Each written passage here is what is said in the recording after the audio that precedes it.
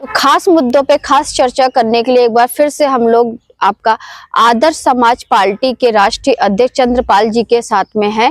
तो अभी हम लोगों ने आपको दिखाया जिस तरह से सीतापुर में हम लोग गए थे, सीतापुर में जाकर के उनकी लोकप्रियता को दर्शाया गया और लोगों ने बहुत सारा प्यार दिया चंद्रपाल जी को, क्योंकि उन्होंने एक लंबा समय अपना सीतापुर को दिया, सीतापुर के लिए बहुत सारा काम किया। नमस्कार, मैं अर्चना और आप देख रहे हैं हंगामा टाइम्स। इस समय हमारे साथ में चंद्रपाल जी हैं, चंद्रपाल जी से बात करेंगे। तो सर, क्या कहना चाहेंगे, सीतापुर का जो आपका दौरा था तो कैसा रहा, क्या अनुभव देना चाहेंगे उसके लिए? देखिए, मैं आभारी हूँ पहले तो आप लोगों का और स्पेशली आपका कि आपने वहाँ की लड़कियों को बहुत जागृत किया।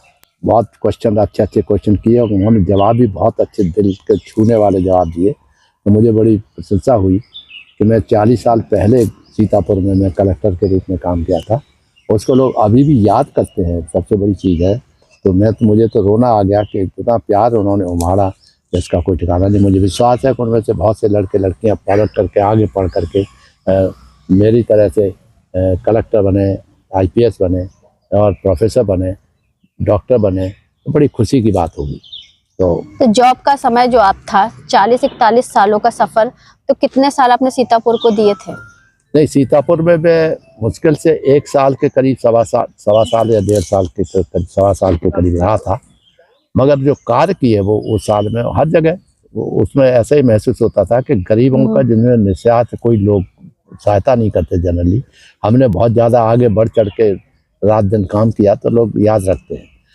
और सिंपल सी बात थी, जैसे मुझे याद आता है कि जनरली कलेक्टर के बंगले में बहुत बड़ा हॉल था, तो नीचे आते थे अनुसूचित जात के लोग, गरीब लोग, वैसे लोग तो नीचे बैठते थे, धरती पे बैठते थे। तो मुझे अजीब सा लगता था कि भाई ये कुर्सियाँ पड़ी हैं, काहे के लिए पड़ी है, आप जो बैठो यहाँ बैठो ना, तुम्हारे लिए भी हैं। तो उसे करके लोग उससे बड़े उत्साहित होते थे। उन्होंने देखा कि कोई कलेक्टर है जो ये कह रहा है कि आप बराबर पे बैठो। कलेक्टर बैठा, बगल में MLA बैठे हुए हैं, उनको न छोड़ के वो हमसे कह रहे हैं, तो उससे प्रभावित होते ही हैं लोग हुए।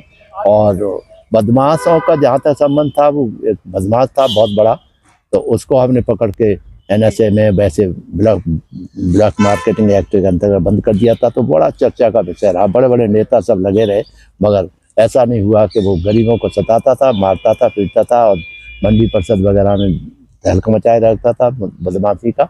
इसलिए लोग याद रखते हैं अच्छे काम को। मुझे तब से महसूस भी हुआ कि अच्छे काम को लोग हमेशा याद रखते हैं। उसके बाद हम कलेक्टर गाजियाबाद रहे, वहाँ पर भी यही हाल है।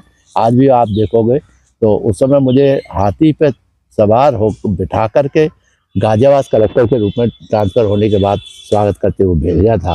तो अभी भी लोग याद रखते हैं, क्योंकि सरदारों के उसमें डर था, बहुत ज़्यादा उनके ऊपर अटैक होने वाले थे, मगर हमने एक भी वहाँ पर हंगामा नहीं होने दिया। और ऐसे ADM बरेली और ADM मुरादाबाद रहे, वहाँ पर भी बड़ी जनता का प्यार मिला। तो हमको आदत पड़ गई है इस तरह के गरीब लोगों का काम करने से आपको इज्जत बढ़ती है और आपको सम्मान मिलता है। आपके कार्यकाल में तो आपको बहुत प्यार मिला, लेकिन आपके आदर्श समाज पार्टी है, 27 के चुनाव भी आ रहे हैं, तो उसके लिए क्या कहना चाहेंगे?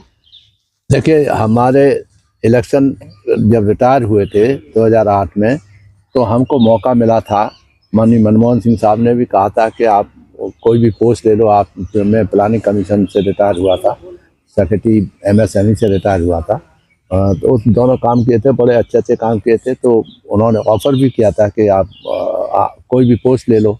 तो हमको लगा कि शायद ये कह रहे हैं कि हम कोई भी नौकरी करने लगे। और ये नौकरी में करते करते 2 साल लेक्चर रहा, 3 साल IPS रहा, 36 साल IAS रहा, इतने साल हो गए थे। तो ऊब से गए थे, क्योंकि कन्फ्रंटेशन बहुत होता था। मैं ईमानदारी के साथ काम करने में ज़्यादा इंटरेस्ट होता था। जहाँ ऐसा होता था वहीं हमारा कन्फ्रंटेशन शुरू होता था। तो हमने कहा अब हम नौकरी नहीं करेंगे सर, आप जो कोई और पोस्ट लेना चाहे कोई बात नहीं, आप अपने साथ ले लीजिए। भ्रष्टाचार बहुत बढ़ रहा है, राजनीतिक अपराधीकरण की बात ज़्यादा आती है, तो इसलिए हम आपके साथ काम करना चाहेंगे।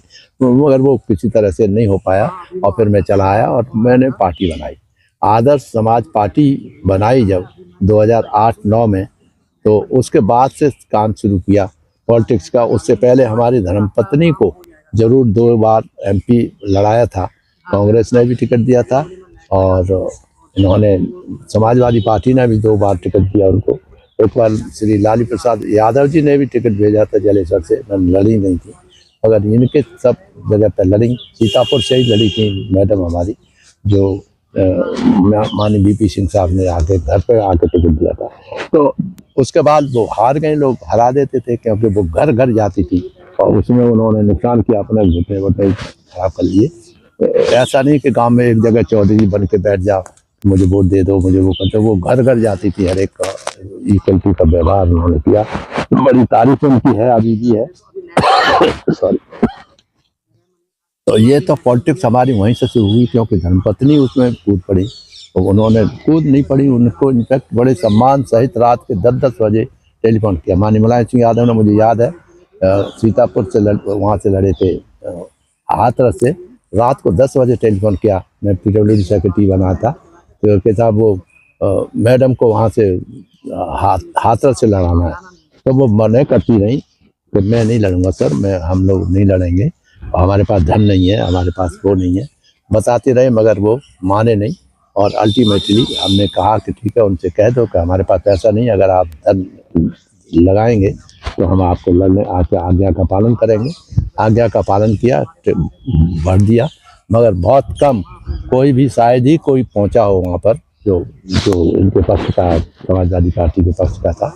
तो वो नहीं हो पाई, नहीं जीत पाई।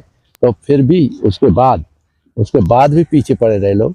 उन्होंने फिर भी 2012 में शायद कहा कि MLA का जुड़ लो, फिर उन्होंने मन भर गया उनका कि मैं नहीं लड़ना चाहती। और ऐसे तो हमारी पॉलिटिकल कैरियर का कोई सिद्धांत वाला पॉलिटिकल कैरियर नहीं रहा, क्योंकि सिद्धांत से ही लोग जीत सकते हैं। नहीं, सिद्धांत वालों को कोई इम्पोर्टेंस नहीं है। और जो व्यभिचारी है, जो बदमाश हैं, गुंडागर्दी है, जो धनबल बाहुबल के आधार पर इलेक्शन लड़ते हैं, उन्हीं को जनता वोट देती है, क्योंकि भीड़ उमड़ती है जहाँ पर वो समझते हैं कि यही एक तरह का हमारा कल्याण करेगा, तो उनकी तरफ हो जाता है। तो मिसेज हमारी हारती नहीं। फिर हमको जब हुआ तो हमने कहा अपने आप हम खुद लड़ेंगे, किसी पार्टी में ज्वाइन नहीं करेंगे। तब फिर हमने जो है आगरा से इलेक्शन के लिए वोट भरे थे। तो आदर्श समाज पार्टी का निर्माण करने का कैसे सोचा आपने? आदर्श समाज पार्टी का यही था कि जो समाज में कुर्तियां हैं और जो राजनीति में जो गंदगी है, राजनीतिक अपराधीकरण, भ्रष्टाचार, क्या समस्या है? राजनीतिक अपराधीकरण है, अपराधियों में इसे छांट के टिकट मिलती हैं। राजनीतिक अपराधीकरण, फिर भ्रष्टाचार, जो जितना बड़ा भ्रष्टाचारी है वही अच्छे वोट पाता है, वो जीतता है, क्योंकि धन उसके पास है, उसके पास तो आपने अपने कार्यकाल में देखा होगा ना, तो बहुत सारे भ्रष्टाचार, बहुत ज्यादा भ्रष्टाचारी है। तो उसी के चक्कर हमने महसूस किया ना, हम इलेक्शन में मिसेज हमारी लड़ चुकी थी, तो हमें पता था। तो आपको क्या लगता है, जो इतनी बड़ी बड़ी पार्टियां हैं, BJP party, Congress party, Sapa है, आम पार्टी है, तो इन सभी पार्टियों का मुकाबला आपका आदर्श समाज पार्टी कर पाएगी? नहीं, ऐसा है, बिल्कुल असंभव ही दिखाई देता है, क्योंकि जिस तरह से धन बल बाहुबल और भ्रष्टाचार और राजनीतिक अपराधीकरण और तुष्टीकरण के मामले चलते रहते हैं, हम टीवी पे देखते ही रहते हैं। तो बड़े आए दिन तो इतने केस हो ही रहे हैं, हास्यास्पद स्थिति होती है, आए दिन रोजाना देखते हैं। तो मन कहता है कि कैसे लड़ेंगे। तो हमने कहा हम अकेले थोड़ी हैं, हम ये सोच रहे हैं कि हमने कह दिया है लोगों से कि जो कहते रहते हैं कि मैं तो आप ही की पार्टी से लड़ूंगा। जैसे गुजरात में एक आदमी कहा है कि मैं तो आप ही की पार्टी में लड़ूंगा, ऐसी गाजियाबाद सब जगह जगह से आवाज़ें आ रही हैं कि आप आगे आइए, हम आपके साथ हैं, संघर्ष करिए, हम आपके साथ हैं। मगर मैं ये सोचता हूँ कि वो क्या करें, वो ज़्यादा से ज़्यादा ये हाथ जोड़ के कह सकते हैं पार्टी दें। तो हमने यही कहा कि जो इलेक्शन लड़ना चाहता है वो अपने हाथ जोड़ के जनता के बीच में जाए और बताए कि हमारे पास धन नहीं है, और धन न कम खर्च करने के लिए चंद्रपाल साहब जो इलेक्शन कमीशन से लड़ रहे हैं, उनसे कहा भी है, कई बार रिप्रेजेंटेशन दिया है, पर्सनली भी हर उससे इलेक्शन कमीशन से जाके मिले हैं कि जब तक इलेक्शन में खर्चा कम नहीं होगा, और इलेक्शन का खर्चा कम करने का ढंग हमने बताया है कि आप 10 लाख से ज़्यादा खर्चा MP के इलेक्शन में नहीं होना चाहिए, और हाथ जोड़ के जनता के पास बीच में जाए और कहे कि हम तो गरीब आदमी हैं, हमें देना है तो हम आपकी सेवा करेंगे। तो वो कोई सुनने वाला नहीं है, मैं समझता हूँ। मगर फिर भी अपना फर्ज है कि जो इलेक्शन लड़ना चाहता है, पैसा पार्टी के पास है नहीं, ना पार्टी ने किसी से लिया है, तो इसलिए अपने धन से ही हम लोगों को लड़ाते हैं। पहले भी लड़ा था, और पिछले इलेक्शन में भी खड़ा किया था लोगों को, और नेचुरली वो अनुभव यही हुआ कि धन नहीं है और गुंडे नहीं है तो अपराधी नहीं है, तो फिर आप जीतोगे कैसे। इसलिए ये है कि आपकी बात कोई स्पेशल स्टाइल निकाली जाए और रणनीति बनाई जाए जिससे कि लड़े। हमने कह दिया सब लोगों से कि जो लड़ना चाहते हैं वो इस तरह से लड़े, हाथ जोड़ के, जिनका सम्मान हो समाज में, वो लड़े, तो हो सकता है समाज पिघले और समाज का दिमाग बदले और अल्टीमेटली इलेक्शन में जीत हमारी हो। मुझे तो विश्वास है कि अगर देश को अच्छे ढंग से चलाना है, समाज को अच्छे ढंग से चलाना है, तो राजनीतिक अपराधीकरण, भ्रष्टाचार को समूल नष्ट करना होगा। और सबसे बड़ा दुश्मन जो है वो जातीयता है, सांप्रदायिकता है, जिसके आधार पर झगड़े बगड़े होते रहते हैं। ये जब तक खत्म नहीं होंगे, इन पर नियंत्रण नहीं रखा जाएगा और इलेक्शन ये निश्चित कर देगा कि कोई अपराधी को टिकट नहीं दिया जाएगा और सभी पार्टियों को ये निर्णय करना पड़ेगा, तभी होगा। देख रहे हैं रोजाना किस बंगाल में आजकल हो रहा है। अब वो लगे हुए हैं कि किसी तरह से तो कुछ न कुछ उनके खिलाफ हो जाए। ममता बनर्जी अलग खींच रही हैं, वो अलग खींच रहे हैं। सब अजीब सा लगता है कि ये व्यवहार क्या हो रहा है, कैसे हो रहा है।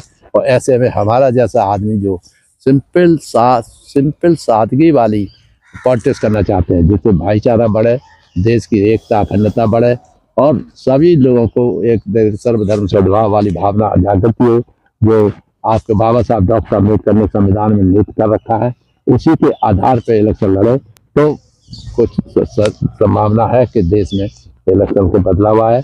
नहीं तो देख रहे आप कहते रहते हैं कि वो संविधान के माध्यम से न होकर के अपनी तरह से इलेक्शन जीतना चाहते हैं और तमाम तरीके अपनाए जा रहे हैं कि जिससे कि वो सच्चे अच्छे ईमानदार व्यक्ति जो है इलेक्शन न लड़ सके और न आगे बढ़ सके। तो इसी के काट पाँच में हम लगे हुए हैं और ये समझा रहे हैं लोगों को। जाके जगह जगह जाऊँगा मैं, इतनी जगह पे जहाँ रहा हूँ, पोस्ट रहा हूँ, 36 साल IAS रहा हूँ, तो यहाँ उत्तर प्रदेश के तो जितने भी स्थान है सर्विसेज में, पोस्टिंग में वगैरह में मैं गया हूँ, मैं रहा हूँ, तो वहाँ जाकर के लोगों को ये बताएंगे कि जो आप अच्छे समझते हो हमको, तो आप अपना वोट दीजिए। हमारे पास धन नहीं है और बिना धन के भी अगर एक बार जीतेंगे तो आप कीर्तिमान स्थापित करेंगे, तभी आपका देश में कल्याण होगा। और सारे संसार में एक ये होगा कि चंद्रपाल जैसे आदमी को बिना धन के होते हुए भी उनको जिता दिया। धन न होने की वजह से ही हम हारे हैं। अगर धन हमारे पास आओ 1 करोड़ रुपया खर्च करने के लिए तो जीत जाते, मगर अभी जात बदल करके लड़ने वाले आदमी को प्रोत्साहन दिया गया एंड वो 2 बार आगरा से MP बन गया। जात क्या है, बघेल जो है वो गड़रिया कहलाते थे एंड और उनको जो बघेल छाती की तरह से बघेल के जीते हुए, जबकि जात के आदमियों को जात बदलने वाले के खिलाफ कार्रवाई होनी चाहिए, तो जेल में होना चाहिए था, मगर वो न हो करके तो किसी से स्टे ले लिया, क्या कर लिया। और हम जब लिखते रहे कोई पूछने वाला नहीं, नीचे से ऊपर तक जितने भी पदाधिकारी हो सकते हैं जो इंटरव्यू कर सकते हैं इस मामले में, आज तक अभी तक कुछ नहीं किया गया। तो इसलिए थोड़ा कभी नर्वसनेस महसूस होती है कि हम क्या करेंगे, क्या जरूरत है लड़ने की। मगर फिलहाल ये जाता है, ये जरूर है कि माननीय प्रधानमंत्री ने भी बुलाया था और उन्होंने भी, राजनाथ सिंह ने भी कहा और पार्टी वाले लोगों ने भी कह रहे हैं। हम सिर्फ ये कसम खाए हुए हैं कि हम लड़ेंगे तो आदर्श समाज बनाने के लिए लड़ेंगे और आदर्श मानव और आदर्श राष्ट्र बने तभी बनेगा, कि अन्यथा नहीं बनेगा। नहीं तो और ज़्यादा स्थिति खराब होती जाएगी और देश की स्थिति इतनी ज़्यादा खराब हो रही है कि कोई भला आदमी ये महसूस नहीं कर सकता कि वो कल सही समाज में रह पाएगा, जीवित रह पाएगा या नहीं रह पाएगा। तो इसलिए इलेक्शन के समय में और ज़्यादा अपराध बढ़ने लगते हैं। उससे देखने ऐसे में हमारे जैसे आदमी को कैसे कर पाएंगे। हम तो पढ़ने लिखने में होशियार रहे थे, बस उसके आधार पर है। जनता से रिक्वेस्ट जरूर है कि मुझे चुनिए न चुनिए अलग बात है, मगर जो हमारी आदर्श समाज बनाने का तत्व निश्चय है, उस निश्चय को पूरा करने के लिए हमारी आदर्श समाज पार्टी के साथ आइए, तो आपको महसूस होगा। एक बार करके देखिए, फिर मैं वादा करता हूँ जैसे हमने सर्विस में काम किया अच्छा गरीबों के लिए, सभी वर्गों के लिए, और ये जो बिना किसी जात धर्म के और आधार पर डिस्प्यूट को लेते हुए आगे बढ़े शांतिपूर्वक ढंग से, उसी तरह से उससे ज़्यादा अच्छा काम आपके राजनीति में करेंगे। आप अपना के देखिए तो। जय भीम, जय भारत, नमस्कार। तो ये थे हमारे साथ में आदर्श समाज पार्टी के राष्ट्रीय अध्यक्ष चंद्रपाल जी, जिनकी विचारधारा आपने सुनी और जिसको लेकर के उन्होंने बताया कि राजनीतिक में किस तरह से परिवर्तन चाहते हैं और भ्रष्टाचार मुक्त और भ्रष्ट मुक्त अपराध जो है, अपराध मुक्त जो है पूरा समाज बनाना चाहते हैं। जहाँ पे उन्होंने एक लंबा कार्यकाल दिया समाज को और देश को और सरकार को, तो उसी सरकार के लिए भी वो कुछ काम करना चाहते हैं, जनता के लिए भी काम करना चाहते हैं कि किस तरह से हमारा देश और राष्ट्र आदर्श राष्ट्र बने। तो इसी के साथ मैं अर्चना आपसे जानना चाहूंगी। धन्यवाद, बने रहिएगा हंगामा टाइम न्यूज चैनल के साथ। हंगामा टाइम्स की तमाम खबरों को देखने के लिए हंगामा टाइम्स को सब्सक्राइब कर लीजिए और बेल आइकन दबा लीजिए। अगर आपको ये वीडियो अच्छा लगा हो तो लाइक बटन प्रेस कर अपनी प्रतिक्रिया हमारे कमेंट बॉक्स में देना मत भूलें।